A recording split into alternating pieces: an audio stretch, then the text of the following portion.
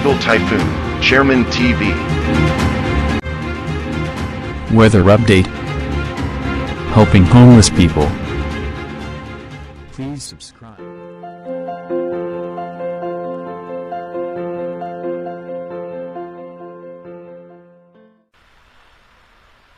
Magandang umaga po. Ito po ang latest update ngayong araw, December 10, 2023. Umiral nga po sa ating bansa yung easterlies. Halos buong bansa po ay nararanasan yung easterlies. At clear sky nga po tayo ngayon. Wala tayong nakikitang anumang makakapal na kaulapan na posibleng magdulot ng pag-ulan sa ating bansa. Asahan na lamang po natin yung localized thunderstorm. At ito nga po, yung low pressure area sa labas ng Philippine Area of Responsibility, ayon nga po sa advanced weather forecast ng European Center, mataas nga po ang tsansa nito na maging isang tropical. Hindi po ito papasok ng Philippine Area of Responsibility. Dadaan lamang po yan dito sa may baba ng Mindanao. Pero yung extension ng kanyang kaulapan at yung diametro ay posibleng maabot nga yung parte ng Mindanao at posibleng magdulot po yan ng matitinding pag-ulan. Bukod nga po dyan sa posibleng sama ng panahon na yan, at sa susunod na linggo nga po, makakaranas po tayo ng mga pag-ulan. Yan po ay dahil po sa pagsasalubong muli ng amihan at ng easterlies. Dumako muna tayo sa ating rain map animation kung saan nga yung mga posibleng lugar na makaranas ng pag-ulan. Mamayang alas 10 ng umaga, patuloy nga po na magiging maganda ang lagay ng panahon. Dito nga po sa may parte ng Mindanao, asahan natin meron dyan tsansa ng localized thunderstorm. Pagdating naman po ng alas 3 ng hapon mamaya, magkakaroon na nga po ng makakapal na kaulapan sa parte ng Mindanao at ilang bahagi ng Visayas na posible nga pong magdulot yan ng mga isolated rain shower, pero maliit lamang po ang tsansa niya mga yan. At pagdating naman po ng alas 8 ng gabi mamaya, mananatiling maayos po at maganda ang lagay ng panahon. Pero dito nga po sa may parte ng Dinagat Island, meron tsansa na mahina at katamtamang pag-ulan at maging sa parte nga po ng Zamboanga Peninsula. Dumako na nga po tayo sa ating advanced weather forecast.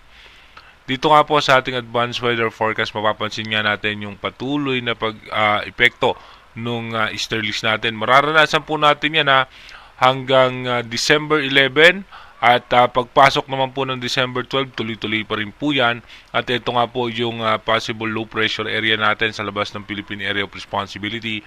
At pagdating po ng hapon at ng gabi ng December 12, muli nang bubugso yung amihan.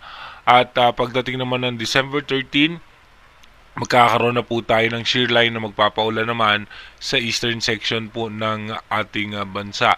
Pagdating naman po ng December 14, ito nga po ay yung sama ng panahon na nasa labas ng Philippine Area of Responsibility. At pagdating naman po ng December 15, by December 15, sa labas pa rin po yan ng PAR line at yung extension ng kanyang kaulapan, mapapansin nyo nga po ay umaabot na yan hanggang dito sa eastern section ng Mindanao. At pagdating naman po ng December 16, ito nga po ay posibleng maging isang tropical depression or mahinang bagyo.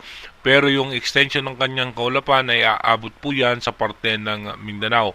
Habang yung easterlies ay apektado pa rin po yung eastern section ng ating bansa at yung amihan ay bubugso yan sa may parte ng extreme northern Luzon.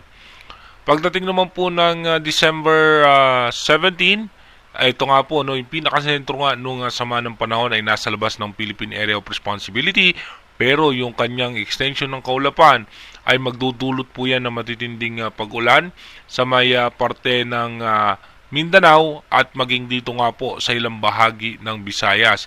At bukod po dyan yung shear line naman ay magdudulot naman ng matinding pag-ulan din sa may parte ng extreme northern Luzon at northern Luzon. Hanggang sa parte ng central Luzon ay makakaranas po tayo ng mga pag-ulan.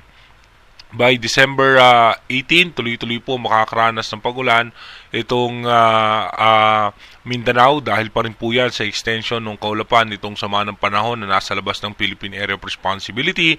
At patuloy nga po ng shear line, yung shear line dito nga po sa eastern section ng Luzon ng Bicol Region at ng Visayas. Pagdating naman po ng December 19, patuloy pa rin po makakaranas ng pagulan ng Mindanao, Visayas, Bicol Region at lalong-lalo na nga po itong Luzon dahil po yan sa shear line na dulot nga po nung pagsasalubong ng Amihan at ng Easterlies.